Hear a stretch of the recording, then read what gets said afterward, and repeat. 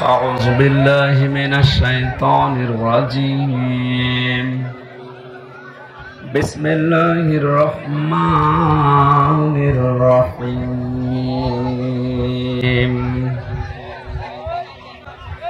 ظهر الفساد في البر والبحر بما كسبت أيدي الناس ليذيقهم بعض الذي عملوا لعلهم يرجعون صدقت يا ربنا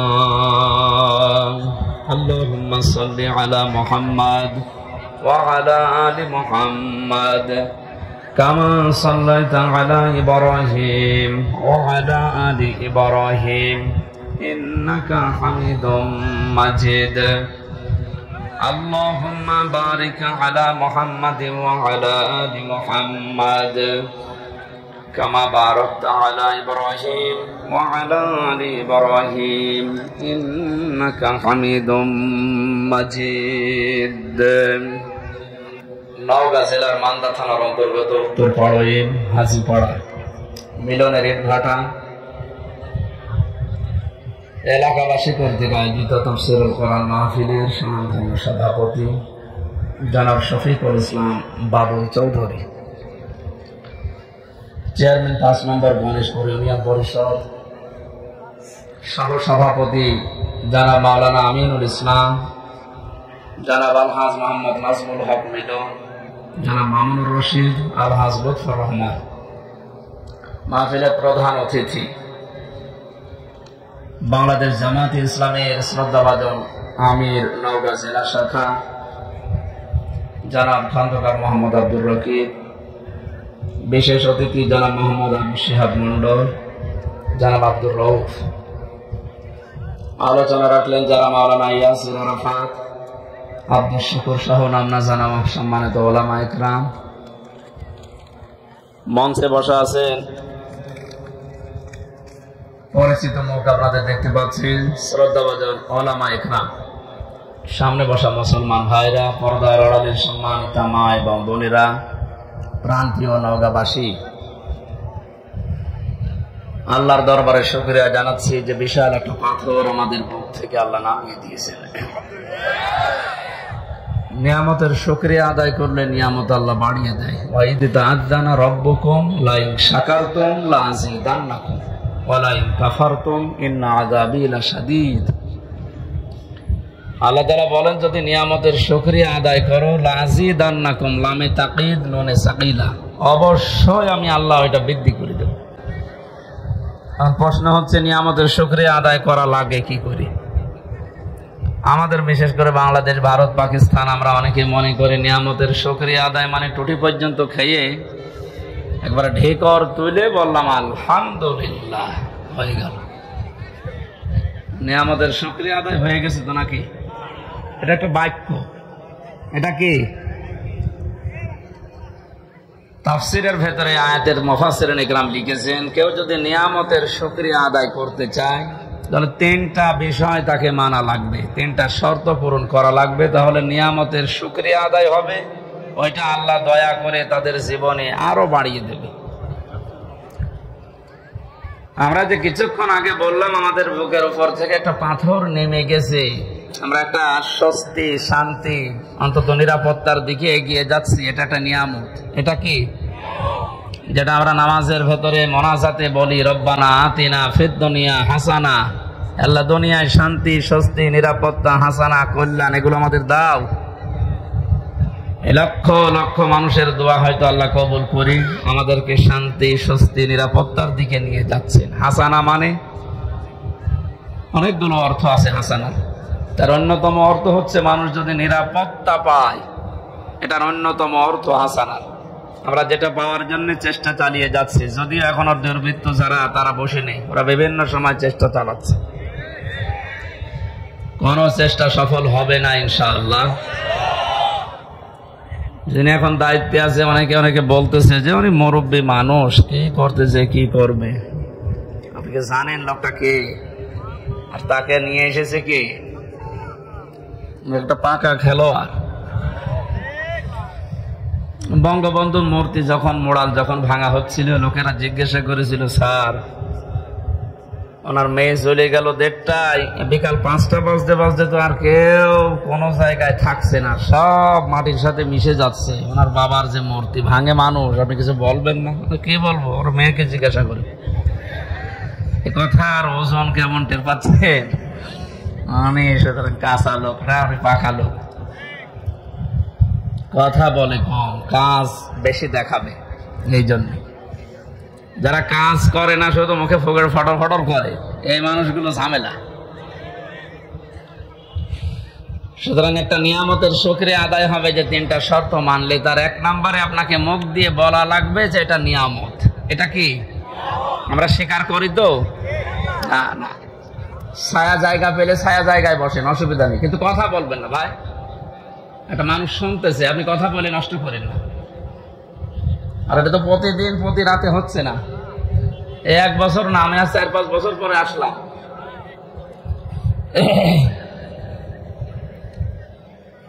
direct ফতোয়া দিচ্ছে, আর লোকাচুরি করে লাভ নেই। কোরআনে কারিমের কথা যদি কেউ বাধা দেয়, দুনিয়ার একটা বিষয় তো আছেই, আখেরাত তার ধ্বংস, এবং তাকে আল্লাহ দুনিয়ায় কিছু দেখাবে।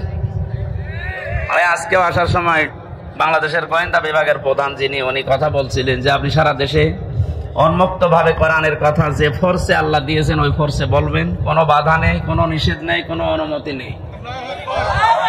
কেউ যদি কিছু বলে, সে যেই হোক, শুধু আমার একটু জানাবেন, বাংলাদেশের যেখানেই থাক ওর ঠ্যাং ভেঙে ফেলবেন। কিন্তু 2টা কথা উনি জানিয়েছেন। 1 নম্বরে যেখানেই মাহফিল করবেন, কমিটিকে বলবেন তারা যেন মেয়েদের জায়গাটা আলাদা রাখে, ওখানে যেন পুরুষ মানুষ ঝামেলা না করে। 2 নম্বরে ওনাদের যে নিরাপত্তা, বিশেষ করে শারীরিক কোনো ঝামেলা হলে ওই জায়গাতে ওরকম পোশাক পায়খানা টয়লেটের ব্যবস্থা যেন করা লাগে সামর্থ্য অনুযায়ী। এই 2টা মানবেন। বাকি কোরআনের আলোচনায় কোনো বাধা নেই। আজকে আলোচনাটা যারা বাধা দিয়েছেন, আমি 3 জনের নাম পেয়েছি। কোন জায়গায় যেন আলোচনা হওয়ার কথা ছিল, পাড়ইল, এটা পাড়ইল না? যারা বাধা দিয়েছেন আমি ওনার কাছে তাদের নাম ডিটেলস লিখেছি, দিয়ে দেব। শুধু এলাকায় থাকা না, দেশেও থাকতে পারবেন না। এটা আর এই আগস্ট মাসের 5 তারিখের আগে নেই, এখন 5 তারিখ পার হয়ে গেছে। টের পাচ্ছেন কোথায় আছি আমরা? এই জন্যে নরম ভাষায় বললাম এটা। আর 2 নম্বর, আল্লাহর ফতোয়া যেটা আছে, কোরআনের কথা যেতে কেউ বাধা দেয়, তার জানাজার নামাজ নেই, তারে কবরে দেওয়ার দরকার নেই, কারণ ও এমনিও জাহান্নামে যাবে, অমনিও জাহান্নামে। আবু জাহেলে কোরআনের বিরোধিতা করে আবুল হাকাম থেকে আবু সাহিল হয়েছিল। আপনার নাম যতই সুন্দর থাক, যদি সত্যি আল্লাহর কোরআনে বাধা দেন, আপনার নামও কিন্তু উল্টাপাল্টা বিষয় লেগে যাবে। আমি ওপেন বলছি, রাজনৈতিক ভাবে এদেশে যেহেতু ইসলাম কায়েম করার জন্য চেষ্টা অনেকে চালাচ্ছে, সবচেয়ে বেশি শ্রম এবং কোরবানি যারা দিয়েছে তাদের ভেতরে আপনারা সবাই স্বীকার করবেন, এক বাক্যে বাধ্য হবেন, বাংলাদেশ জামাত ইসলামী। এটা সবাই জানে, সে যেই হোক।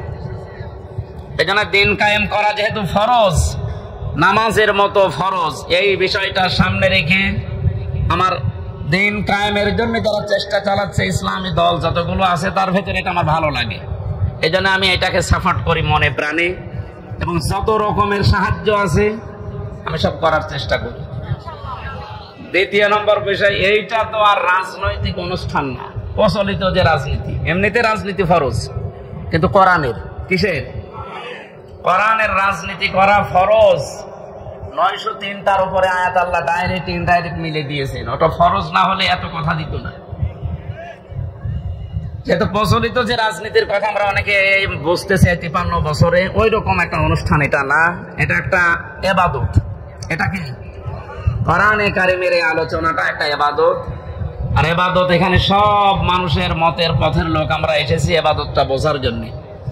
কোরআনের তাফসীর লিখে দিয়েছেন, আমরা তাফসীর এখানে কথা বলবো, কোনো দিকে টেনে না, কোনো দিকে চেপে না, আমি আল্লাহর দিকে তাকিয়ে কথা বলি, ওইভাবে বলবো ইনশাআল্লাহ। আমাদের আসল উদ্দেশ্য আল্লাহ যেন আমাদের পরিবর্তন করে দেন। নিয়ামতের শুকরিয়া আদায়ের যে বিষয় শর্তগুলো বললাম কোরআন দিয়ে, 1 নম্বরে স্বীকার করবেন আপনি যে এটা নিয়ামত। কি অবস্থায় ছিলাম আপনি নিজেও জানেন, আমিও জানি। আমি বাংলাদেশের বৈধ নাগরিক, আমার বাড়ি পাশের বিভাগে, খুলনা বিভাগে, কুষ্টিয়া, এটা পাশের বিভাগ রাজশাহী। এই মান্দাতে আমি এসেছিলাম বিয়ে খাওয়ার জন্য, একটা বিবাহ অনুষ্ঠানে আমার আসতে দেয়। বলেন তো কোন অবস্থায় ছিলাম? গত কয়েকদিন আগে বাংলাদেশ জামাত ইসলামী কুষ্টিয়া জেলা শাখা 500 আলেমকে ডাক দিয়েছিল, সব ঘরানার আলেম ওখানে এসেছিল। 500 আলেম এক জায়গায় 2.5-3 ঘন্টা তারা আলোচনা করেছে, বিভিন্ন মতামত দিয়েছে। কি মনে হচ্ছে যে এই 500 আলেম এক জায়গায় তাদের মতামত কোরআনের উপরে, হাদিসের উপরে তুলে ধরলো। আগস্ট মাসের 5 তারিখের আগে 500 না 5 জন এক জায়গা হওয়া সম্ভব ছিল? কি বলতো যে এখানে গোপন ষড়যন্ত্র হচ্ছে, জঙ্গি তৎপরতা এই জায়গায় চালু হচ্ছে। যেখানে 5 জন হলে এরকম উল্টাপাল্টা নাম দিয়ে দিতেন, সেখানে 500 হয়ে গেল, কই কিছুই তো হইল না। এখানে ভুক্তভোগী আপনি না, চেয়ারম্যান বলছিলেন না যে আমি জেলে ছিলাম। ভুক্তভোগী যেহেতু আমরা 2 জন, এখানে আরো যারা আছে, আমরা টের পাচ্ছি যে কি হয়ে গেল। সুতরাং এটা নিয়ামত, আপনি স্বীকার করেন আর না করেন, এটা কি? আরে নিয়ামত সবার জন্য না। কোরআনে কারীম জানিয়েছে, ওয়ানুনাজ্জিলু মিনাল কোরআনি মা হুয়া শিফাউন ওয়া রাহমাতুল লিল মুমিনিন ওয়া লা ইয়াজিদুজ যালিমিনা ইল্লা খাসারা। আল্লাহ পাক বলেন, হে নবী, কোরআন নাজিল করার ধারাবাহিকতায় এমন এমন বিধান আমি দিয়েছি যেটা যদি পালন করা যায় মুমিনদের জন্য রোগ মুক্তির কারণ হবে, শেফা হবে। সময় যখন আল্লাহ আমাদেরকে দিয়েছেন এই নিয়ামতের শুকরিয়া আদায় করার জন্য, কোরআনে কারীম যদি সত্যি আমরা আয়োজন করতে পারি এই জমিনে, বিশ্বাস করতে পারেন যত রকমের রোগ আছে, মানসিক, শারীরিক, ঈমানের, দুনিয়া এবং আখিরাতের সব রোগগুলো কন্ট্রোল করার ক্ষমতা কোরআনের আছে। এটা দেখা দরকার। কোরআনের ওই ঔষধ অ্যাপ্লাই না করার কারণে 53 বছরে বহু আইন দিয়ে মুক্ত করার চেষ্টা চালিয়েছে চোর, কিন্তু চোর মুক্ত হয়েছে। চোর চাইছিল এই 17 বছরে আরো বেড়েছে। এক একজন যে কত বড় বড় চোর এখন ধরা পড়ছে। দরবেশের মতো মানুষ যদি এত টাকা চুরি করতে পারে, দরবেশ বাদ দিয়ে যেগুলো আছে এগুলো তো কত কিছু করিস বলেন। 36,000 কোটি টাকা ঋণ করেছে লোকটা, অথচ 32,000 কোটি টাকা খরচ করে পদ্মা সেতু বানিয়েছে। শুধু ওর টাকায় যদি এখন সরকার তার রাষ্ট্রীয় কোষাগারে জমা আনতে পারে, ওই রকম সেতু আরো বানিয়ে টাকা বেঁচে যাবে। তাও তো এটা সাধারণ মানুষ না, এটা দরবেশ। দাড়ি দেখেছেন? এখন নাই, নেই, এখন নমো।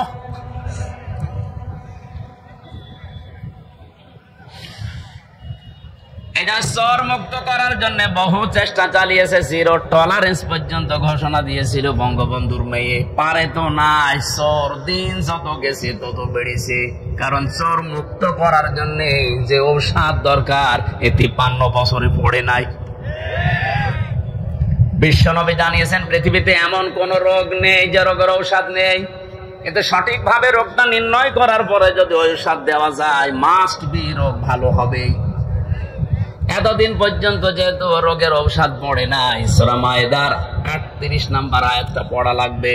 আস-সারিকু ওয়াস-সারিকাতু ফাকতাউ আইদিয়াহুমা জাযাম বিমা কাসাবা নাকালাম মিনাল্লাহ ইলা আখির আয়াত।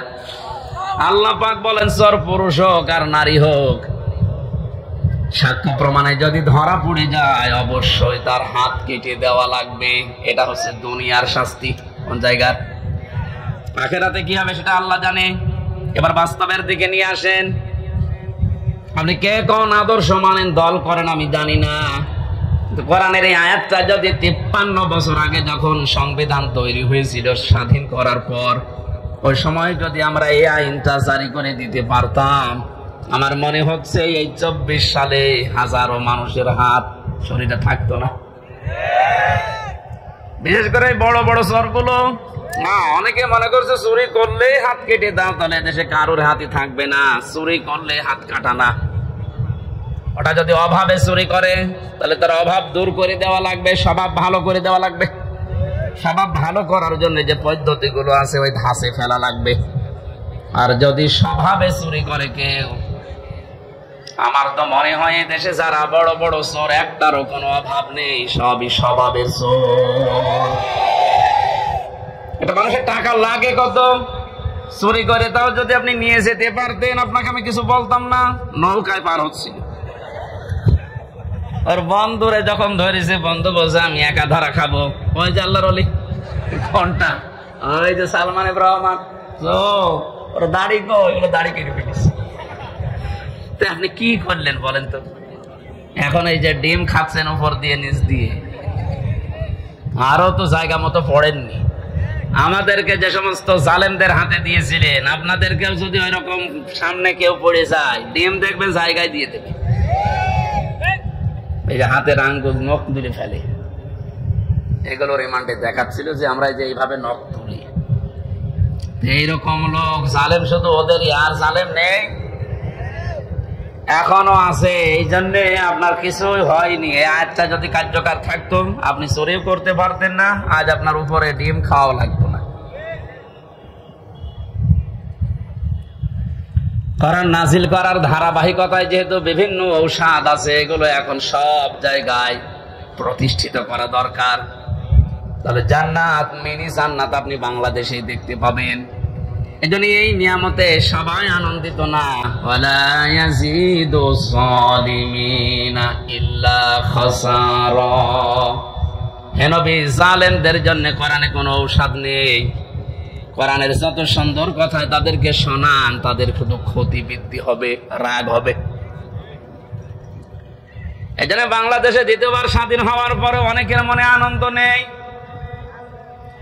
কিছু মানুষের মনে এখনো পর্যন্ত দুঃখ, এখনো তাদের ক্ষতি বৃদ্ধি হতে আছে। দিন যত যাবে জালেমের কোনো সুসংবাদ নেই, ও আরো প্যাসে পড়বে। কারণ কি বলেন তো?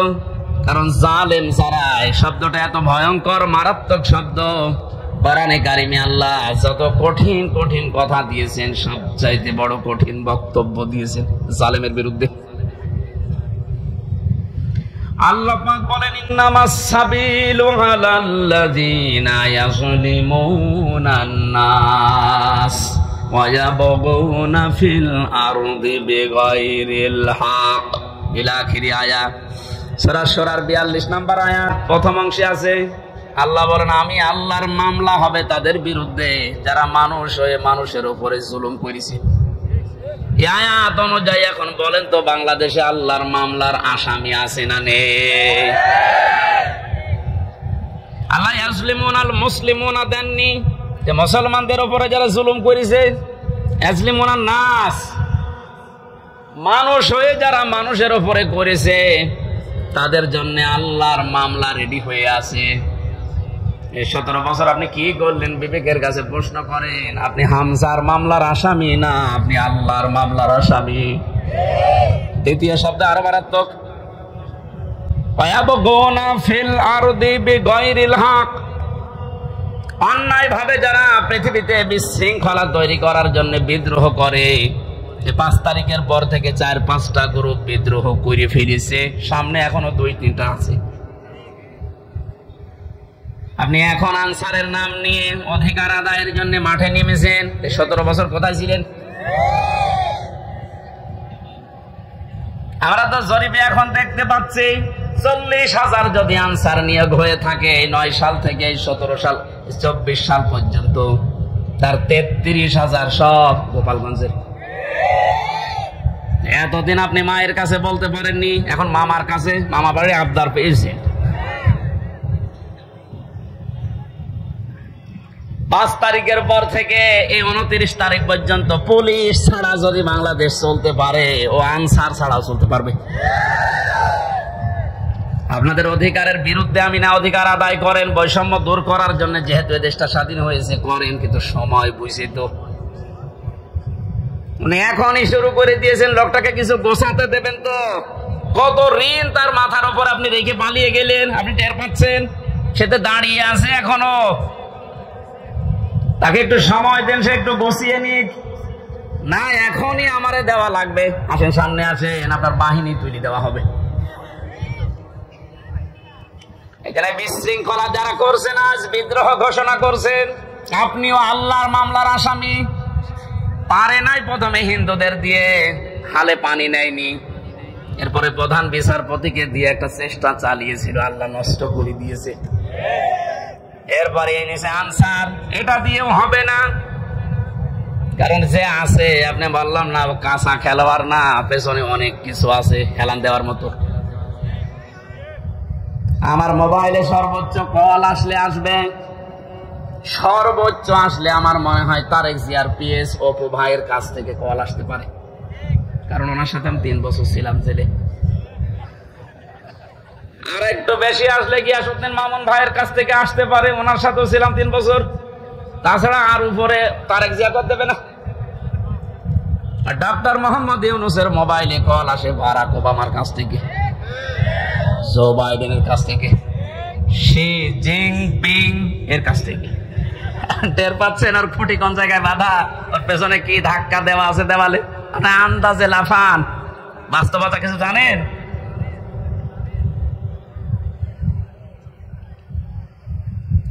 আজ অনেকে আপার কাছ থেকে মোবাইলে কল পেয়ে বলছে, আপা ঘাবড়াবেন না, আপনি ঘাবড়ালে আমরা নরম হয়ে যাই। একটা পাগল, কোন জামানায়, কোন দেশে, কোন গর্তের ভেতরে আছে ও টের পাচ্ছে যে লোকটা কি, যে লোকটা ভারতকে এই থ্রেট দিতে পারে, বেশি ঝামেলা করলে 7 সিস্টার উড়িয়ে দেব, তার পেছনে কি খুঁটি আছে আপনি জানেন না। যদি এই মুহূর্তে চাপ দিয়ে বলে যে ভারত যারা নিয়েছেন বধূ হিসাবে ফেরত দেওয়া লাগবে কালকের ভেতরে, কারণ এ কথা তো ওর কথা না, এ কথা ওকে বলাচ্ছে, ভারত বাধ্য হবে 24 ঘন্টার ভেতর ফেরত দিতে। 24 ঘন্টা লাগবে না, 24 মিনিটে ফেরত পাঠাবে, এইরকম একটা লোক। আর আপনি আন্দাজে এখান থেকে ফতোয়া দেন, বাবা ঘাবড়াবেন না, ঘাবড়াবেন না। আপনি 2টা পিটুনি খেলে সব ভুলে যান, আর তার সিকিউরিটিতে গেছেন। এজন্য বাস্তবতা আপনি কিছুই টের পাচ্ছেন না ভাই, অনেক দূরের বিষয়। আমি সামনে আসা নয়, আয়াতের ভেতরে যদি আসে আমি সামনে কথা বোঝাবো ইনশাল্লাহ। যেটা বোঝাতে চাচ্ছিলাম সহজ সরল ভাষায়, আজ বিশৃঙ্খলা তৈরি করার জন্য যারা বিভিন্ন বাহিনীকে কাজে লাগাচ্ছেন, আমার তো যতটুকু বাস্তবতা, রিমান্ডে আরে 3 বছর জেলে থেকে দেখেছি, ওদের চরিত্র এত খারাপ, ওই মানুষগুলো শেষে দেখবেন পতিতাদেরকেও রাস্তায় নামিয়ে দেবে। কোনো কিছু উপরে উঠতে পারবেন না, কারণ ছাত্রদের আন্দোলন শুধু না, আমার মনে হয় আল্লাহ ফেরেশতা পাঠিয়েছিলেন, আবাবিল পাখি পাঠিয়ে যেমন আল্লাহ রক্ষা করেছিলেন কাবা ঘরকে, বাংলাদেশে আল্লাহ একটা কিছু দেখাতে চায়, এই জন্য আল্লাহ ছাত্রদের মতো ফেরেশতাদেরকে আল্লাহ শহীদ করিয়েছে। মনে করছেন শহীদ হয়ে গেছে, এ মানুষগুলো এমনি এমনি শহীদ হয়নি। ওয়ালিয়ালাম আল্লাহুল্লাযীনা আমানু ওয়া ইয়াত্তাখিযা মিনকুম শুহাদা। আল্লাহ বলেন, আমি আল্লাহ কিছু মানুষকে শাহাদাতের মরণ দিয়ে ধন্য করি, সবাইকে দেই না। যার জীবন যৌবন, যার কর্ম অ্যাক্টিভিটিস এগুলো আমার ভালো লাগে, তাকে আমি সাধারণভাবে মরণ দেই না, মরণ দেই শাহাদাতের। তাছাড়া শহীদ আবু সাঈদ, আপনার কি মনে হয় একটা লোকের জীবনের ন্যূনতম মায়া নেই? 4-4টা গুলি খেয়েছে বুকে, তাও দাঁড়িয়েছিল, শেষে আর পারে নাই, পড়ে গেছে। তবে একটা খান্ত, শুধু শব্দ শুনলে পালাবে। এরপরেও কিছু মানুষ এখন কথা তুলছে না, সবাই পালায়, আরো নিচে বুক পেতে দেয়, আত্মহত্যা করেছে, শহীদ হয়নি। আহলে হাদিসের নাম নিয়ে যেই লোকটা এই কথা বলেছে, আহলে হাদিসের লোক না, একটা প্রতারক। আহলে হাদিসের একে রাজশাহীর গদাগাড়ির অধ্যাপক মুজিবুর রহমান, ওনার সাথে আমি উমরায় ছিলাম রমজানে। কি উনি আহলে হাদিস না? আপনি উল্টা পাল্টা ধারণা করবেন আহলে হাদিস নাম হলে, না ওগুলো দালাল। কি রফিক নামে নাকি যেন কি বিন বিন বিন বিন বিন। আমি 2টা তথ্য বলছি, হয়তো শুনেছেন আপনি, কিন্তু এভাবে শোনেননি, ভালো করে খেয়াল করেন। যারা এগুলো ধারণা করেন বলেন মুখ দিয়ে, খুব সাবধান। ওয়ালা তাকুলু লিমান ইয়ুকতালু ফি সাবিলিল্লাহি আমওয়াত বাল আহইয়াউ ওয়ালাকিন লা তাশউরুন। সূরা বাকারা 154 নম্বর আয়াতে আল্লাহ জানিয়েছেন, মানুষ যেন মুখ দিয়ে কথা বলে, এই জন্য মুখের উপরে আল্লাহ নোটিশ দিয়েছেন, কথা বলবি না। এ মুখ দিয়ে কোনো দিন এই কথা বলবি না যে যারা মারা গেছে, শহীদ হয়েছে, যে ওরা মরে গেছে, কথা বলবি না। এ কথা কার? এই জন্য শহীদ শব্দটা অনেক দামি শব্দ। যারা শহীদ হয়েছে, জালেমের জুলুমের সামনে নিজের বুক পর্যন্ত দিয়েছে, জীবন পর্যন্ত দিয়ে যারা শহীদ হয়ে গেল, ওদেরও আমাদের মতোই জীবনের মায়া ছিল, কিন্তু মানবতাকে বাঁচাতে দেওয়ালে পিঠ থেকে গেছে, শেষ পর্যন্ত না পেরে জীবন দিয়ে গেল। এই মানুষগুলোকে আপনি মরে গেছে কখনো বলতে যাবেন না। আল্লাহ বলেন বালা হইয়া, আরে ওরা জীবিত, ওলা কেল্লা তাশউরুন, কিন্তু তোরা টের পাস না।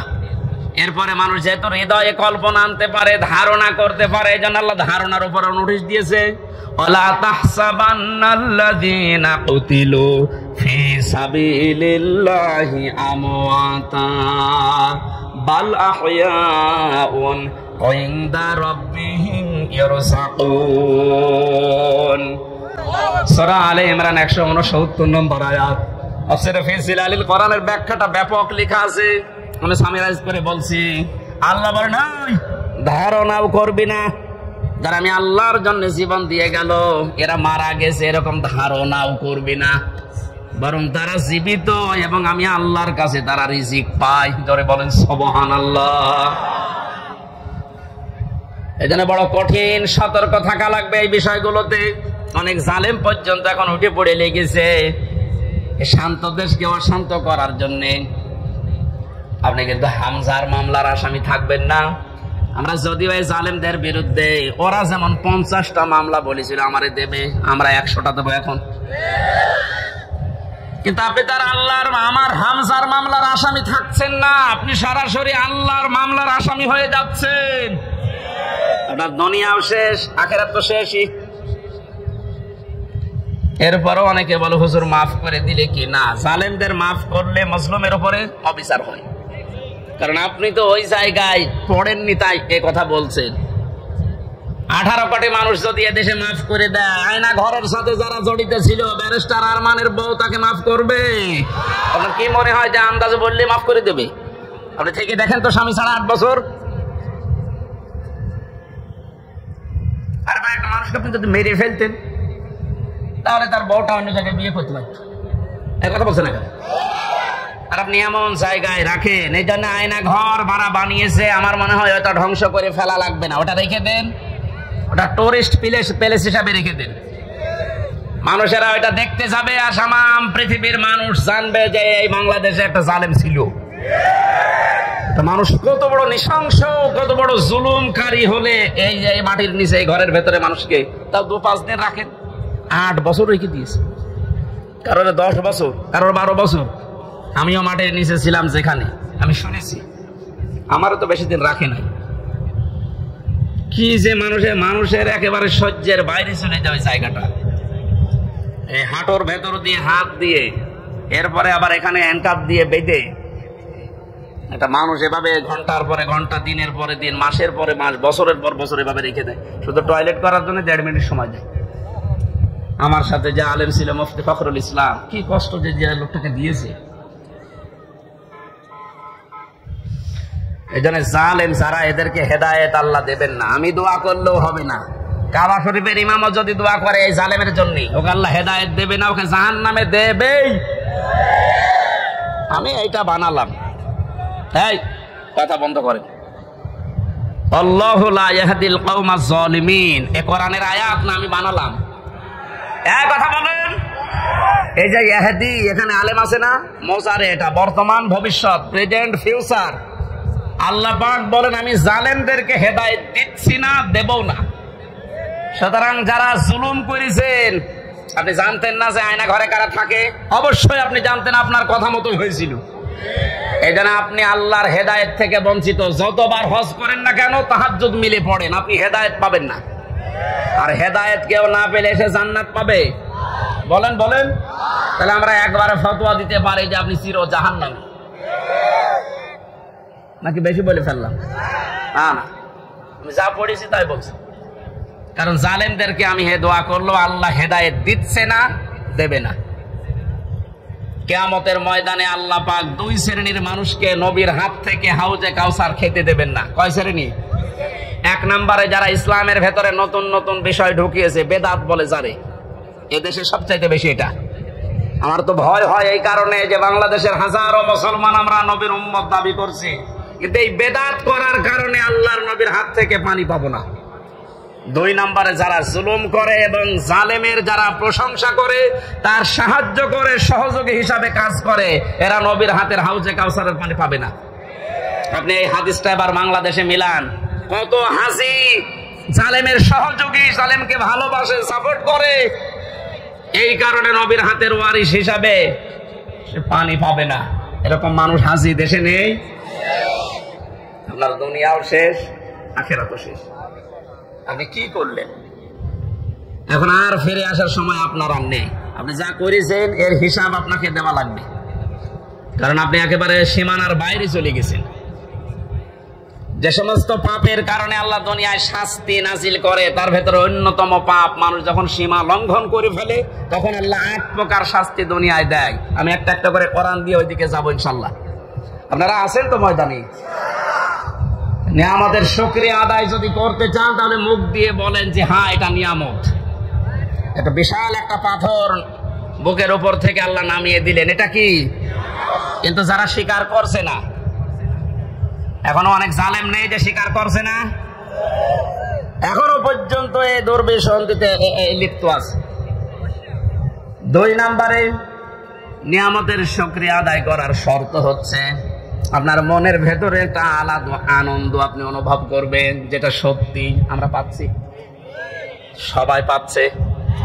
এত বড় জুলুম বিদায় নেওয়ার পরেও যদি আপনার মনের ভেতরে আনন্দ না আসে, শান্তি না লাগে, নবীজি হাদিসের ভাষায় পড়েছি, মানুষের এই পশমগুলো তখন খাড়া হয়ে যায়। বাম স্তনের 2 আঙ্গুল নিচে যে গোস্তের টুকরা আছে, ওই টুকরাটা লাফালাফি করে।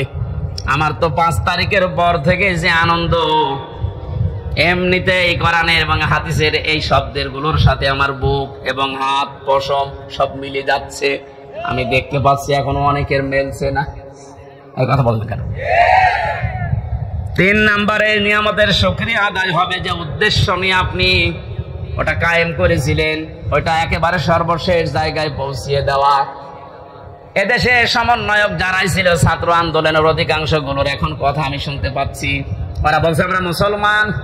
কালকে একজনের বক্তব্য দেখলাম ঢাকাতে, ওরা বলছে আমরা বাংলাদেশে যত জেলায় থানায় সমন্বয়ক ছিলাম, আমাদের উদ্দেশ্য ছিল যত রকমের বৈষম্য আছে সব আমরা দূর করে সমান সমান করে দিতে চাই, এটা আল্লাহ চাই।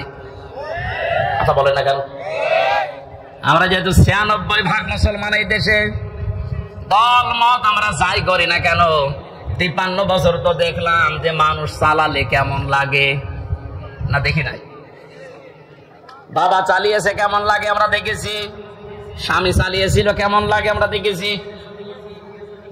চাচা চালিয়েছে যেভাবেই হোক দেখেছি, বুবু চালিয়েছিল, ভাবি চালিয়েছে।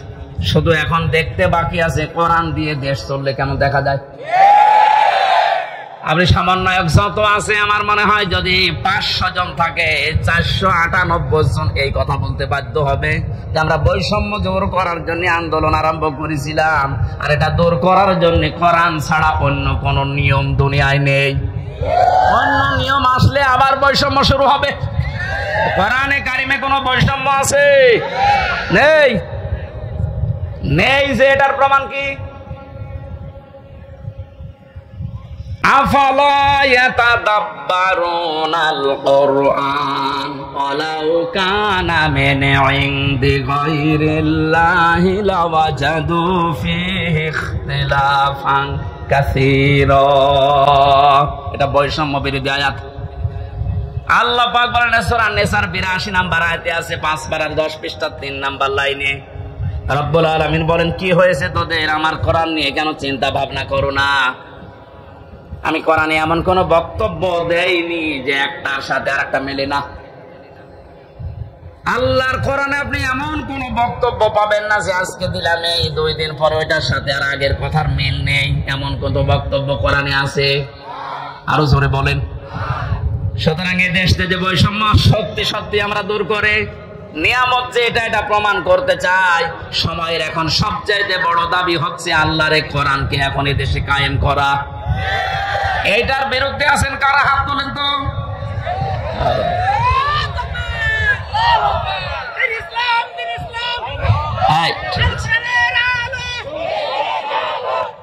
মানুষের এখনো মনে হয় ওই ঘর কাটেনি। আমার মনে হয় আমান আজমি ভাই এই যে জেল কি আয়না ঘর থেকে এসে এখনো যেমন স্বাভাবিক হতে পারেনি, ব্যারিস্টার আরমান আয়না ঘরে 8 বছর থাকার পরে এখনো উনি স্বাভাবিক হতে পারেনি। আমিও জেলখানায় 3 বছর, আমি এখনো স্বাভাবিক না। এখন ওই দেশের আমার মনে হয় জনগণ এখনো স্বাভাবিক হয়নি, মনে করছে 5 তারিখের আগে আসি না। এখন আর 5 তারিখ নেই, এখন 29 তারিখ। কত বলেন বলেন। যেন এর দাবি এখন এইটা, যেহেতু বৈষম্য দূর করার জন্য, সংস্কার করার জন্য সব জায়গায় কাজ চলছে, সব চাইতে বড় সংস্কার হবে এখন যে জালেমগুলোর কারণে পুলিশ বাহিনীর বদনাম হয়েছে, ওদেরকে প্রকাশ্যে যা ভালো লাগে ওরা করা দরকার। সব পুলিশের দোষ আছে? কখনো না। হাতে গোনা কয়েকটা জালেমদের দোষও যারা ছিল, বিশেষ করে আমার রিমান্ডে যে কয়েকজন ছিল, আমি তো অন্যগুলোর খবর ভালো জানি না, এদের আমি চিনি। আমি আকিস গ্রুপে চাকরি করতাম, 8 দিন হাসপাতাল। এই শয়তানরা আমারে তুলে নিয়ে টাকা খাবে বলে ওই মালিককে এখন এই 5 তারিখের আগেও টাকা নিয়েছে। আমার মামলার আয়োজক ছিল মিজানুর রহমান, এই মাদারীপুরে ট্যাকের হাটে বাড়ি। এরে খুঁজে বেড়াচ্ছে, যদি পায় এরে পিটিয়ে মেরে ফেলবে। আমার কুষ্টিয়াতে আমাদের সামনে 14 জন মানুষকে একদিনে মেরেছে, 5 তারিখে একদিনে। দারোগা সাহেব আলী। কুষ্টিয়ার মানুষ যদি ওর চেহারা পায় কি সে করবে মানুষ, কারণ যারা মারা গেছে সব আমার বাড়ির আশপাশে।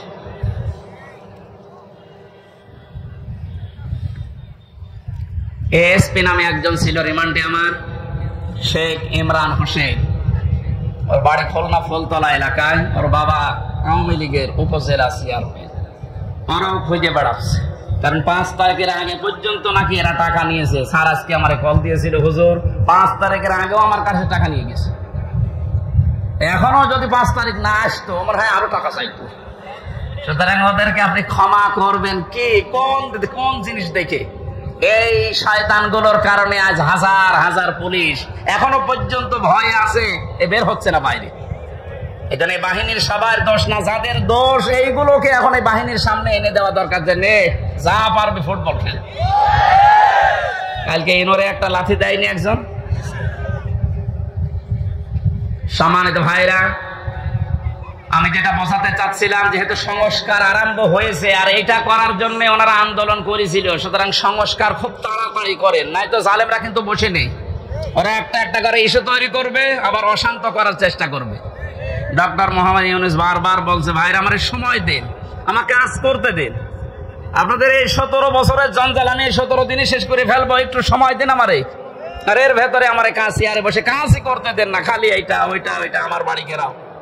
তা আপনি ওনার বাড়ি ঘেরাও করে কি করবেন? ওনারে তো পেছনে যারা খুঁটি দিয়ে রেখেছে তারা তো আর এই বাড়ি ঘেরাও কিছু মনে করে না। এই জন্য এই সমস্ত ছোটখাটো কাজ করে আপনি টার্গেটে পড়ে যেন না। সংস্কার যখন চলছে, বাংলাদেশের যত ডিসি আছে, এসপি আছে, টিওনো আছে, ওসি আছে, যারা জালেমদের সহযোগী ছিল, সবাই না, যারা ছিল ইমিডিয়েট তাদেরকে এই মুহূর্তে বাধ্যতামূলক বাদ দিয়ে দিন। কারণ এরা যদি একটু ফাঁক ফকড় পায় ওরা কিন্তু অনেক কিছু করে ফেলবে।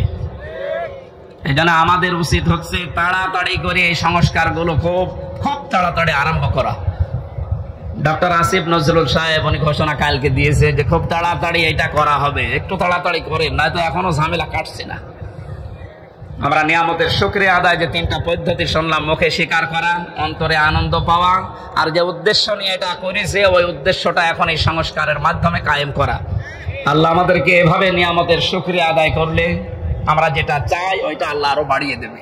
ওয়ালাইন কাফারতুম, যদি না শুকরি করেন, যদি না বোঝার ভান করে থাকেন, যদি এবার ভুল করেন, এই ভুল কিন্তু আর শুধরানোর জায়গা থাকবে না। আর ইন্না আযাবিলা শাদীদ, আল্লাহর আযাব শাস্তি বড় কঠিন। আল্লাহ তুমি আমাদেরকে এই আয়াতটা এক্ষুনি বাস্তবে মেনে নেওয়ার তৌফিক দাও, বলেন আমিন। দরুদ আর সালাম পড়ি আমাদের নবী মুহাম্মদ রাসূলুল্লাহর উপরে সাল্লাল্লাহু আলাইহি ওয়াসাল্লাম। আমার আজকের আলোচনার বিষয় হচ্ছে এই যে আযাব গজবগুলো একটা একটা করে এখনো থামছে না, আসতে আছে।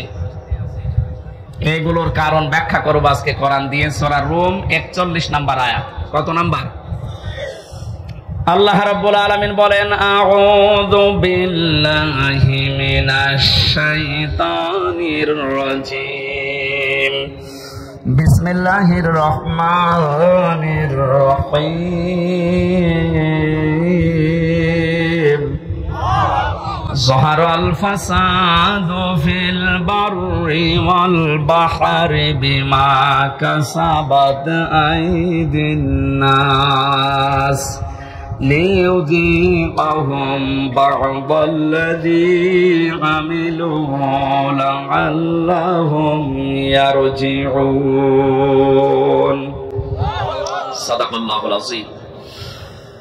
আল্লাহ পাক বলেন, জলে স্থলে যে বিপদ আপদ মুসিবত, যে গজবগুলো দেখতে পাচ্ছ, সব কিন্তু তোমাদের হাতের কামাই করা বস্তু। আমি এগুলো দিতে চাই না। আমা সাবাকুম মিন মুসিবাতিন ফাবিমা কাসাবাত আইদিন নাস ইলা আখির আয়াত। সূরা শুরার ভেতরে আল্লাহ জানিয়েছেন, যত অপরাধ করো, আমি যদি সব পাপের শাস্তি দুনিয়ায় দিতাম, শ্বাস করার সময়ও পেতে না। আমি আল্লাহ আমার দয়ার কারণে অধিকাংশ গুলোই মাফ করে দেয়, আর কিছু শাস্তি তোমাদের পাপের জন্য একটু মজা চাকাই। কেন চাকাই জানো? লিয়ুযীকাহুম, এই শাস্তিগুলো তোমাদের উপরে আমি দিয়ে লাআল্লাহুম ইয়ারজিউন, আমি আশা করি তোমরা ফিরে আসবে। ও বাংলার জনগণ, পাথর নেমে গেছে বলে আপনি আবার উচ্ছৃঙ্খল হয়ে যাবেন না। কারণ উচ্ছৃঙ্খল যারা, যে মানুষগুলো জালেম, যারা মানুষের অধিকার নষ্ট করে, ওই মানুষগুলোকে আল্লাহ পছন্দ করে না, করবেও না। আমরা যেন সংশোধন হওয়ার নিয়ত যখন এসেছি, পাপের এই কারণগুলো আগে আবিষ্কার করা। প্রতিটি যুগে যুগে আমরা দেখেছি আল্লাহ যে আযাবগুলো নাযিল করেছিলেন, তার কিছু কিছু কারণ পেয়েছি। সূরা আনকাবুতের 40 নম্বর আয়াতের ব্যাখ্যা। আল্লাহ পাক বলেন, ফাকুল্লান আখাযনা বিযামবিহি ফামিনহুম মান আরসালনা আলাইহি হাসিবা ওয়া মিনহুম মান আখাযাতুহুমুস সাইহাতু ওয়া মিনহুম মান খাসাফনা বিহিল আরদা ওয়া মিনহুম মান আগরাকনা ইলা আখির আয়াত। আমি প্রত্যেক যুগে পাপীদের পাপের কারণে আমি তাদেরকে, তাদের অপরাধের কারণে আমি পাকড়াও করেছিলাম। কাউকে আমি বৃষ্টির ভেতরে বৃষ্টি দিয়ে দুনিয়া থেকে বিদায় দিয়েছি, কাউকে পাথরের বৃষ্টি, কাউকে আমি আল্লাহ বন্যা দিয়ে দুনিয়া থেকে বিদায় দিয়েছি। এরকম 8-9টা শাস্তির কথা আয়াতের ব্যাখ্যায় আমরা পেয়েছি। এখন যেহেতু বন্যা চলছে, কি চলছে? যদিও আমার যতটুকু ধারণা বা বাস্তবতায় যা দেখছি, এর জন্য এককভাবে দায়ী আমাদের এই প্রতিবেশীরা। আর আমাদের যখন ডাকবে তখন দেয় না, যখন আমরা নিজেরাই ডুবে যাই তখন ছাড়ে। কি একটা আশ্চর্য প্রতিবেশী আল্লাহ আমাদেরকে দিয়েছেন। আর এই প্রতিবেশী নিয়ে অনেকে গর্ব করে। প্রতিবেশী যদি প্রতিবেশীর মতো না হয়, তাদের বিরুদ্ধে আল্লাহ পাক নিজে অভিযোগ দায়ের করবেন। সুতরাং আপনারা প্রতিবেশী হিসাবে যা করছেন, এটা প্রতিবেশীর কাজ না। আমরা তাফসিরে হাদিসে এমনও পেয়েছি, প্রতিবেশীর মর্যাদা মূল্য এত বেশি, নবীজি বলতেন মাঝে মাঝে যে জিবরাইল যেভাবে প্রতিবেশীর কথা আমারে শোনায়, আমার তো মনে হচ্ছে যে আমার জমি জায়গা আবার প্রতিবেশীকে দিয়ে দেওয়া লাগে কিনা। এত হক, এত অধিকারের কথা জিবরাইল এসে প্রতিবেশীর বিষয়ে নবীকে জানাতেন। আর আমরা কি কপাল নিয়ে আসলাম, প্রতিবেশী একটা পেয়েছি, বন্যা দিয়ে দিলাম, তারপরও বন্যা দিয়ে শেষ করে দিচ্ছে। এটা আর কি দেব? যিনি বলেছিলেন যা দিয়েছে ভোলার মতো না, কোনদিন ভুলতে পারবে না, তাকেই তো দিয়ে দিলাম। কন্যা দেওয়ার পরে যদি বন্যা খাওয়া লাগবে, জানতাম যে কন্যা জীবনও দিতাম না। হেলিকপ্টারের মালিককে বলে দিতাম যে ভাই ওইদিকে না, যে অন্যদিকে যান। প্রতিবেশী আপনারা কিন্তু টার্গেট হয়ে যাচ্ছেন আল্লাহ। তারপরও যেহেতু প্রতিবেশী, আপনাদেরকে আহ্বান জানাচ্ছি, আপনাদের মানবিক যে দিকগুলো আছে একটু ফুটিয়ে তোলেন। কি অবস্থা এই 12-13টা জেলার, যে অবস্থা দেখতে পাচ্ছি সহ্য করার মতন। আমার যেহেতু অনুষ্ঠানগুলো বিভিন্ন প্রান্তে নেওয়া আছে, এই জন্য সবসময় আমি যেতেও পারছি না। অর্থনৈতিক ভাবে যতটুকু আমার সমর্থ আছে আমি চালাচ্ছি কাজ। বাংলাদেশ জামাতে ইসলামী কুষ্টিয়া জেলা শাখার পক্ষ থেকে ওনারা খরচ করে যাচ্ছে। আমি আহ্বান জানিয়েছি আমার জেলার ভেতরে যারা আছেন সঠিকভাবে যদি এই মানভাসী মানুষকে কিছু দিতে চান, অন্যের হাতে দিলে হয়তো 2 নম্বরই হতে পারে।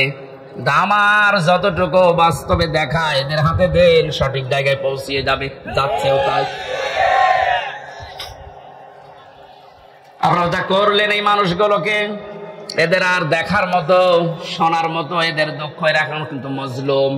আর আমরা জারি তাকি দাওয়াতাল মাজলুম ফাইন্নাহা লাইসা বাইনাহু ওয়া বাইনাল্লাহি হিজাব। আল্লাহ পাক বলেন পৃথিবীর মানুষেরা আর যাই করো না কেন মজলুমের বরদুয়া থেকে নিজেকে বাঁচিয়ে রাখবা। খুব ভয়ঙ্কর বিষয়টা।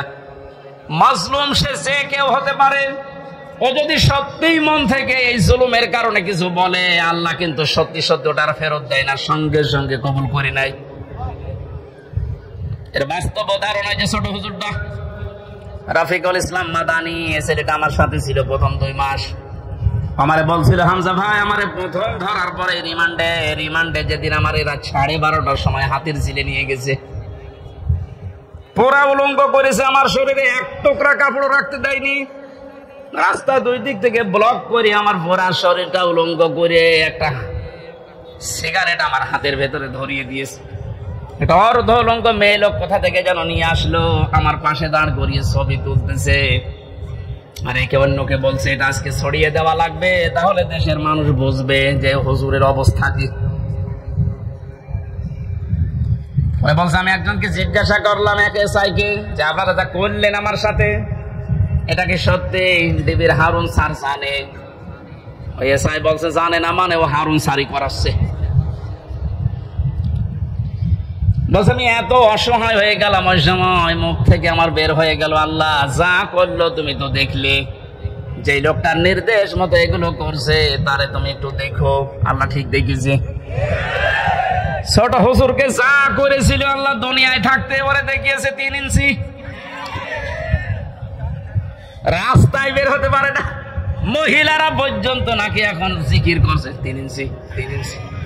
কি কোথায় নামিয়েছে আল্লাহ দেখলেন? এটা রেকর্ড হচ্ছে, এই জন্য যারা প্রতিবেশী আছেন খুব সতর্ক থাকেন। মাজলুমের দোয়া কিন্তু আল্লাহ ফেরত দেবে না। আপনি যদি বলে কয়েও দিতেন যে এই 8 ঘন্টা 10 ঘন্টা পরে আমি পানি ছাড়বো, তাও তো আমি একটু বসিয়ে নিতে পারতাম। রাতের বেলা ঘুমিয়ে আসে আর পানি দিয়ে আপনি ভাসিয়ে দিলেন। কত মানুষ এই ভেসে মরে গেছে। আমার ভাইরা, এই যে বন্যা, জলোচ্ছ্বাস, এগুলো আসার পেছনে যে কারণগুলো পেয়েছি আমরা, কোন জাতির ভেতরে যদি মুনাফিকি বেড়ে যায়, উপরে ফিটফাট, ভেতরে সদরঘাট, আর এই চরিত্রের মানুষ আমার জানা মতে বাংলাদেশে বেশি। এই 15 বছরে কত আলেম পর্যন্ত মুনাফিক হয়ে গেছে। আল্লাহ এমনিতে এই বিপদগুলো দেয় না।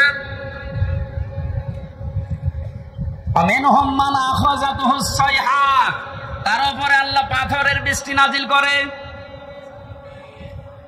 তাফসীরের ভেতরে পড়েছি, আয়াতের ব্যাখ্যা করতে গিয়ে হযরত শুআয়ব আলাইহিস সালামের ঘটনাটা ফিজিলালিল কোরআনে আছে।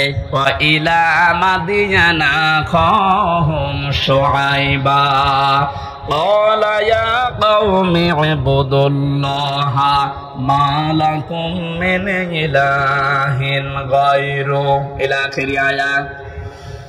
আল্লাহ পাক বলেন, মাদায়েন শহরে হযরত শুআয়বকে তার ভাইদের কাছে আমি পাঠিয়েছিলাম। তিনি মাদায়েনে, হযরত শুআয়ব মিশরের মাদায়েন আইকা এই এলাকায় বাস করতেন। ডাক দিয়ে বললেন, আমার জাতির লোকেরা, তোমরা আল্লাহর ইবাদত করো, তিনি ছাড়া ইলাহ, এটা আর কেউ নেই। ইলা মানে, ইলা শব্দের 4টা প্রধান অর্থ আমি এই আয়াতের তাফসীরে পেয়েছি। এক নয়, ভালো করে শোনেন। এই জন্যই তাফসীর মাহফিলে আসতে হয়। আলেমগুলো খেলা করার জন্য এখানে বসে দিয়ে ওনারা জানে না। এই গুরুত্বপূর্ণ কাজ বাদ দিয়ে ওনার মতো মানুষেরা যদি মোস্তফা আমিন বসে থাকতে পারে, আপনি কি হয়েছেন বলেন তো? ইলা শব্দের যে ব্যাখ্যা দিচ্ছে এবার নিজের জীবনের সাথে মিলাবেন। আল্লাহ রাব্বুল আলামিন জানিয়েছেন প্রতিটি নবীর যে দাওয়াতের পদ্ধতি ছিল, আমি কিছু কিছু কোরআনে কোট করেছি। তার ভেতরে শুআয়ব আলাইহিস সালাম একজন, তিনি জাতির লোকদেরকে বলেছিলেন, জাতির লোকেরা আল্লাহর ইবাদত করো, তিনি ছাড়া ইলাহ নেই। কি নেই? আমরা যেহেতু নবীর ওয়ারিস, নাকি মানেন না? এক কথা বলেন না কেন? আমি তো প্রথমেই বলেছিলাম রাজনৈতিক ভাবে আমি একটা দলকে ভালোবাসি, সাপোর্ট করি, সহযোগিতা করি, কিন্তু এটা তো ওইটা না। আমি জাতির লোককে এখন বাঁচাতে চাই, ওরকম মন নিয়ে কথা বলছে। আমি নবীর ওয়ারিস হিসাবে এখন দায়িত্ব পেয়েছি। আল্লাহ পাক যে জানিয়েছে নবীদের এই কাজ ছিল, আমরা নবীর ওয়ারিস হিসাবে আমাদের একই কাজ।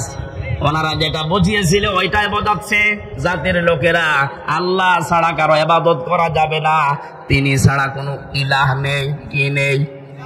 আরো জোরে বলেন। ইলাহ শব্দের ব্যাখ্যা বললাম কয়টা? 4টা। বলেন বলেন। 1 নম্বরে ইলাহ মানে আল্লাহ পাক বাদ দিয়ে আইন তৈরি করার ক্ষমতা কারণে, এজন্য আল্লাহ ইলাহ। আল্লাহ কি? এটা যতদিন পর্যন্ত আপনি না মানবেন আমি দাওয়াত দিতেই থাকবো আপনাকে, কারণ আপনি এখনো পর্যন্ত ক্লিয়ার না। আইন তৈরি করার দায়িত্ব দুনিয়ার কারো হাতে আল্লাহ ছেড়ে দেয়নি, এটা আল্লাহর হাতে। কারো হাতে ছেড়ে দিলে সে নিজের দলীয় কায়দায়, নিজের ব্যক্তিগত কায়দায়, নিজের স্বার্থে, দলীয় স্বার্থে ওইটা বানাইতো। কথা বলেন না কেন? আল্লাহকে ওই রকম এই কথা বলেন। আল্লাহ রাব্বুল আলামিন যেন সবার জন্য উপকার হয় এমন আইন তৈরি করেন, এই জন্য আইনের বিষয়টা আল্লাহ কাউকে ছেড়ে দেয়নি। রাব্বুল আলামিন বলেন, হে নবী, মানুষেরা হয়তো আপনাকে মাঝে মাঝে জিজ্ঞাসা করতে পারে, ইয়াকুলুনা হাল্লানা মিনাল আমরি মিন শাইইন কুল ইন্নাল আমরা কুল্লাহু লিল্লাহ। সূরা আলে ইমরানের 154 নম্বর আয়াতের মাঝের অংশে আছে, 4 নম্বর পারার 9 নম্বর পৃষ্ঠা 3 নম্বর লাইনে। এরপরে আপনি ফতোয়াবাজি করেন, দেখে নেন যান। আল্লাহ বলেন, মানুষ যদি জিজ্ঞাসা করে যে আইন তৈরি করবো, আমাদের কোনো ক্ষমতা, কোনো অধিকার, পাওয়ার আছে? আল্লাহ বলেন, আপনি ফতোয়া দেন যে না, এটা শুধুমাত্র আল্লাহর দায়িত্ব। কার? জাতির লোকেরা এটাই তো বোঝাতে সেই কুষ্টিয়া থেকে এসেছে যে আল্লাহর আইন বাদ দিয়ে কারো আইন মানা যাবে না, এমনকি মা বাবার আইনও মানা যাবে না। হ্যাঁ, ঠিক আছে তো? না না, এই যে হুজুর বলেন তো, মা বাবার আইন মানা জায়েজ আছে না নেই? আন্দাজ বলেন কেন?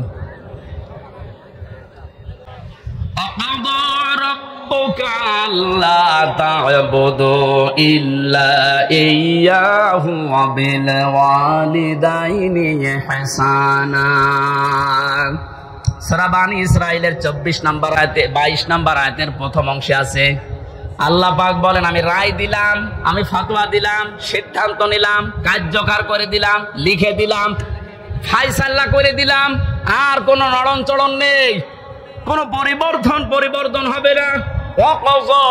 রব্বুকা, তোমার রব ফায়সালা দিয়ে দিয়েছে, আল্লাহ তা'বুদু ইল্লা ইয়া, সে আল্লাহ ছাড়া কারো ইবাদত করা যাবে না। ওয়াবিল ওয়ালিদাইনি ইহসানা, 2 নম্বরে মা বাবা যাদের আছে তাদের সেবা করা লাগবে। এই আয়াত দ্বারা মাসলা বের হয়, আল্লাহর আইন মানা ফরজ আর মা বাবার সেবা করা ফরজ। আইন মানা ফরজ না। বাংলার মুসলমানেরা বিবেককে প্রশ্ন করেন, আল্লাহর পরে মা বাবার স্থান, তাদের আইন মানা জায়েজ নেই, তাদের সেবা করা ফরজ, তাদের পেছনে সাধ্য মতো খরচ করা ফরজ। কথা বলেন না কেন? মা বাবার আইন মানায় যদি ফরজ না হয়, কোন মহারথী আছে যে আইন বানিয়ে দিলে মানা লাগবে? যারা আছে মানুষ হয়, মানুষের তৈরি করা আইন মানার জন্য চেষ্টা চালাচ্ছেন এখনো, আপনি কুকুরের চাইতেও খারাপ। একটা কুকুরের আইন মানে মানুষ হয়, এরপরও আপনি মানুষের আইন তৈরি করার জন্য, তাদের আইন প্রতিষ্ঠার জন্য এখনো যদি কাজ করেন, সংগ্রাম করেন, টাকা পয়সা খরচ করেন, আপনি কিয়ামতে যখন উঠবেন, মরণের পরে আপনার এই আকার থাকবে না, কুকুর হয়ে উঠবেন। এটা আমি বানালাম। হ্যাঁ, সূরা এই রহমানের ভেতরে আছে ইউরাফুল মুজরিমুনা বিসিমাহুম ফায়ুখাযু বিন নাওয়াসি ওয়াল আকদাম। আমি লম্বা করে দলিলগুলো বলতে পারছি না, খুব তাড়াতাড়ি করছি। হযরত শুআয়ব আলাইহিস সালামের জীবনীতে এবার পেয়েছি তাকে যে পাথরের বৃষ্টি দিয়ে ধ্বংস করে দিয়েছিলেন উম্মতদেরকে। হযরতে শুআয়ব জাতির লোককে বলেছিলেন, জাতির লোকেরা দুইটা কাজ তোমরা বেশি বেশি করো, এই জন্য আল্লাহ এই গজব দিতে যাচ্ছেন, সতর্ক হও। ফাআউফুল কাইলা ওয়াল মিজানা ওয়ালা তাবখাসুন নাসা আশিয়াআহুম ওয়ালা তুফসিদু ফিল আরদি বা'দা ইসলাহিহা ইলা আখির আয়াত। এক নম্বরে জাতির লোকের ভেতরে এই কাজটা বেশি ছিল, তারা ওজনে কম বেশি করত। কিসে?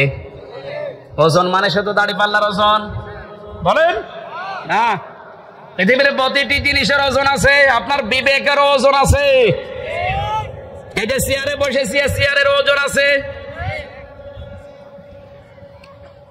যারা যে লেখাপড়া করায়, মাস্টার, শিক্ষক, ওস্তাদ, মুআল্লিম, তাদেরও ওজন আছে। তারা নেওয়ার সময় তো বিভিন্ন জায়গা থেকে জ্ঞান ভালোই অর্জন করেছে, এই যে মাস্টার, কিন্তু দেওয়ার সময় আর ঠিক মতো ছাত্র ছাত্রীদের দিতে চায় না, তখন বলে প্রাইভেট পড়া লাগবে, কোচিং করা লাগবে। কোরআনে কারীম যেন আমাদের নাম নিয়ে আয়াতটা আল্লাহ নাযিল করেছেন, ওয়াইলুল লিল মুতাফফিফিন আল্লাযীনা ইযা তালু আলান নাসি ইস্তাওফুন। আল্লাহ বলেন ধ্বংস হয়ে যাক ওই দোকানদারগুলো যারা ওজনে কম বেশি করে। এখানে শুধু দোকানদার উদ্দেশ্য না, দুনিয়ায় যে যেখানে আছে ওই জায়গায় নেওয়ার সময় ঠিক মতো নেয়, দেওয়ার সময় যারা কম দেয়, এই মানুষগুলো এই আয়াতের ভেতরে শামিল। তাদের ধ্বংস কামনা করছে কে? যে যে জায়গায় আছে আমাদের ওজন যেন কম বেশি না হয়। আর জাতির ভেতরে ওজনের স্তর ঠিক নেই। ধনীরা অপরাধ করলে ওজন একরকম হয়, গরিব মানুষ অপরাধ করলে ওজন আর একরকম হয়।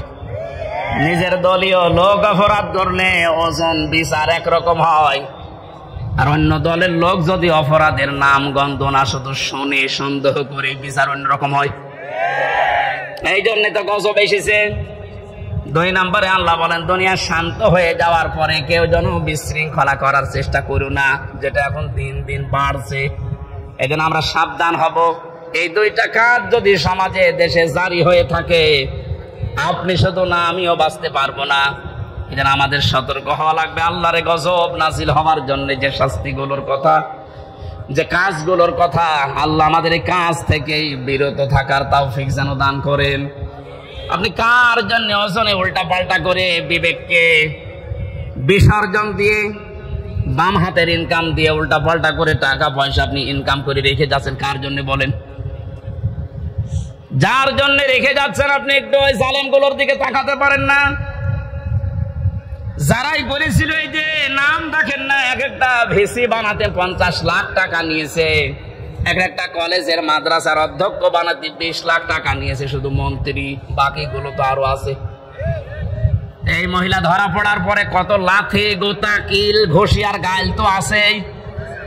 কি করলো সে? না 8-10 বছর 15 বছর একটু শান্তি পেয়েছে, মন মতো কাজ করেছে। এখন সারাটা জীবন মানুষের ঘৃণা, বরদোয়া আর অপমান নিয়ে বেশি থাকা লাগবে। যে যেখানে আসি ওজনটা ঠিক করে নাই তো কিন্তু শাস্তি আল্লাহ দিতে 10 বছরও লাগবে না, 10 সেকেন্ডই যথেষ্ট। 8টা শাস্তির কথা আমরা তাফসীর থেকে লিখেছি। হযরত হুদ আলাইহিস সালামের জাতির লোকেরা যে অপরাধ করত, তাদের জন্য যে শাস্তি আল্লাহ দিতেন। যেহেতু আমরা মুহাম্মদুর রাসূলুল্লাহর উম্মত, আমাদেরকে বিশ্বনবী জানিয়েছেন 2টা কাজ থেকে বিরত থাকবা, নয়তো আল্লাহর গজব আযাব অন্যান্য নবীদেরকে যেভাবে ঘিরে ধরেছিল। আমি দোয়া করেছিলাম, আল্লাহ আমার উম্মতকে একবারে ধ্বংস করে দিও না, এই জন্য আসে না। কিন্তু যদি এগুলো ব্যাপক হারে আরম্ভ হয়, আল্লাহর গজব নাজিল হতে কিন্তু বেশি সময় লাগবে না। আমাদের হাতের কামাইগুলো আমরা বন্ধ করব, বিশেষ করে ওজনটা। সব জায়গায় ওজনে কম বেশি করা হচ্ছে। আমরা চেয়ারে বসে ওজনালা কথা বলতে পারি না, আর 15 বছর তো পারি নাই। এখান থেকে একবার হুজুর এদিকে বলেন না, ওদিকে বলেন না, ঠিক করেন। তো কি ঠিক করব? ঠিক করতে করতে তো আমরা চলে গেছি গর্তের ভেতরে। কেন্দ্রীয় মসজিদের ইমাম যিনি বাইতুল মোকাররম, তাকান তার দিকে। এই লোকটা পর্যন্ত যদি দালাল হয়ে যায় তো এদেশে আর কার দিকে ভরসা করবেন? অপমান করে আল্লাহ বিদায় দিয়েছে। যত রকমের ক্ষতি হয়েছে বাংলাদেশে ইসলামের এবং মুসলমানদের, বিশেষ করে ইসলামপন্থী ওদার যারা, তাদের সবচেয়ে বেশি আমার মনে হয় ক্ষতি হয়েছে দালাল পন্থী আলেমগুলোর কারণে। কারণ নেক্সট সুরাতে ধোঁকা দিত এরা মানুষকে, আর আমাদেরকে মাঝে মাঝে জেলখানার ভেতরে ফতোয়া পাঠাতো। এত বেশি বোঝার দরকার কি? দেশে হুজুর আর নেই, হুজুর আছে ওইভাবে চেপে রাখার অভ্যাস আমার নেই। যা পড়েছি যা বুঝেছি ওটা কোরআনে যে ফোর্সে আল্লাহ দিয়েছে ওটা বলতেই থাকবো মরণ পর্যন্ত। আল্লাহ এমন কোন গণা, এই ওজনটা আমরা যেন প্রত্যেকে ঠিক করি, কোন জায়গায় যেন বিশৃঙ্খলা না হয় চেপে ধরবেন। যে যেখানে আছেন বিশৃঙ্খলা তৈরি হওয়ার আশঙ্কা থাকলে ওরা যদি ডালে ডালে চলে, আমাদেরকে পাতায় পাতায় চলা লাগবে। স্বাধীনতা কিন্তু আবার হারিয়ে যাবে। আল্লাহ বাস্তবতায় তুমি আমাদের কোরআনের আয়াত যেভাবে নাযিল করেছো ওইভাবে বোঝার তৌফিক দাও। আল্লাহুম্মা আমিন। লা ইলাহা ইল্লা আনতা সুবহানাক ইন্নী কুনতু মিনাজ জালিমিন। সারাটা জীবন অপরাধ করে জীবনটা নষ্ট করে ফেলেছি। নবীরা যে দাওয়াত দিয়েছিল যে আল্লাহ পাক ছাড়া কারো ইবাদত করা যাবে না, ইলা তুমি ছাড়া আর কেউ নেই, এটা জাতির লোককে বোঝার তৌফিক তুমি দাও। তুমি আইনদাতা, তুমি রক্ষাকারী, তুমি প্রতিপালনকারী, তুমি আমাদের উকিল, অভিভাবক। এই কথাগুলো তুমি আমাদের প্রত্যেকের অন্তরে বদ্ধমূল করে দাও। এই আয়োজনে যদি সওয়াব দিয়ে থাকো আল্লাহ কোটি কোটি গুণে বাড়িয়ে দাও। মুহাম্মদ রাসূলুল্লাহর রওজায় পৌঁছিয়ে দাও। যত মানুষ কবরে আছে আল্লাহ কবরবাসীদেরকে তুমি নিজ গুণে ক্ষমা করে দাও। কখন কার মরণ চলে আসে জানি না। রব্বুল আলামিন দেশটা যেহেতু মুক্ত ভাবে কথা বলার পরিবেশ ফিরিয়ে দিয়েছো, মুক্ত ভাবে তোমার আইন মানা যায় এরকম একটা পরিবেশ তুমি তৈরি করে দাও। প্রত্যেকের অন্তর তোমার হাতের ভেতরে। আজ যারা অনেকে ষড়যন্ত্রের শিকার হয়ে এখনো পর্যন্ত যারা উল্টাপাল্টা ধারণায় আছে, এই মানুষগুলোকে বুঝ দাও। আল্লাহ তাআলা শয়তান তো বসে নেই, ওর কাজ চালিয়ে যাচ্ছে। এদের যেন শান্ত না থাকে, তোমার আইনের পরিবেশ যেন না থাকে। অনেকে বিভিন্ন কায়দায় চেষ্টা চালিয়ে যাচ্ছে, তাদের হেদায়েত কামনা করছি। যদি না থাকে আল্লাহ তুমি তাদেরকে ধ্বংস করে দাও। মা বোনদেরকে পর্দায় থাকার তৌফিক দাও, স্বামী সোহাগিনী বানিয়ে দাও। সবচাইতে বড় দোয়া আল্লাহ, এই দেশটা এখন বড় ঋণ, তুমি সব ঋণ পরিশোধ করার তৌফিক আমাদেরকে দান করো। এই দেশটা তুমি মেহেরবানি করে উপরে তুলে দাও। তোমার আইন দিয়ে চলছে এটা দেখে মরার তৌফিক আমাদেরকে দান করো আল্লাহ। কত আলেম এখানে এসেছে আল্লাহ, আলেমদেরকে তুমি কবুল করো। শ্রদ্ধাভাজন সভাপতি বাবলু চৌধুরী, আল্লাহ যে দায়িত্ব তার কাঁধের উপরে দিয়েছো সততার সাথে ঈমানের সাথে পালন করার তৌফিক দাও। বারাকাল্লাহু লানা ওয়া লাকুম ফিল কোরআনিল আযীম। কখন কার আজরাইল চলে আসে জানি না, এখনো জানি না কার কাফনের কাপড়ে মান্দা বাজারে এসে পড়ে আছে। রব্বুল আলামিন মুসিফির অবস্থায় দোয়া করছি, মরণ আসবে আমাদের চিন্তাও নেই, টেনশনও নেই, কিন্তু আমরা ঈমান নিয়ে মরতে চাই। সব রকমের ষড়যন্ত্র শয়তানের ধোঁকা থেকে বাঁচিয়ে একবারের জন্যও যেন শেষ কথা এটা বলতে পারি, লা ইলাহা ইল্লাল্লাহু মুহাম্মাদুর রাসূলুল্লাহ।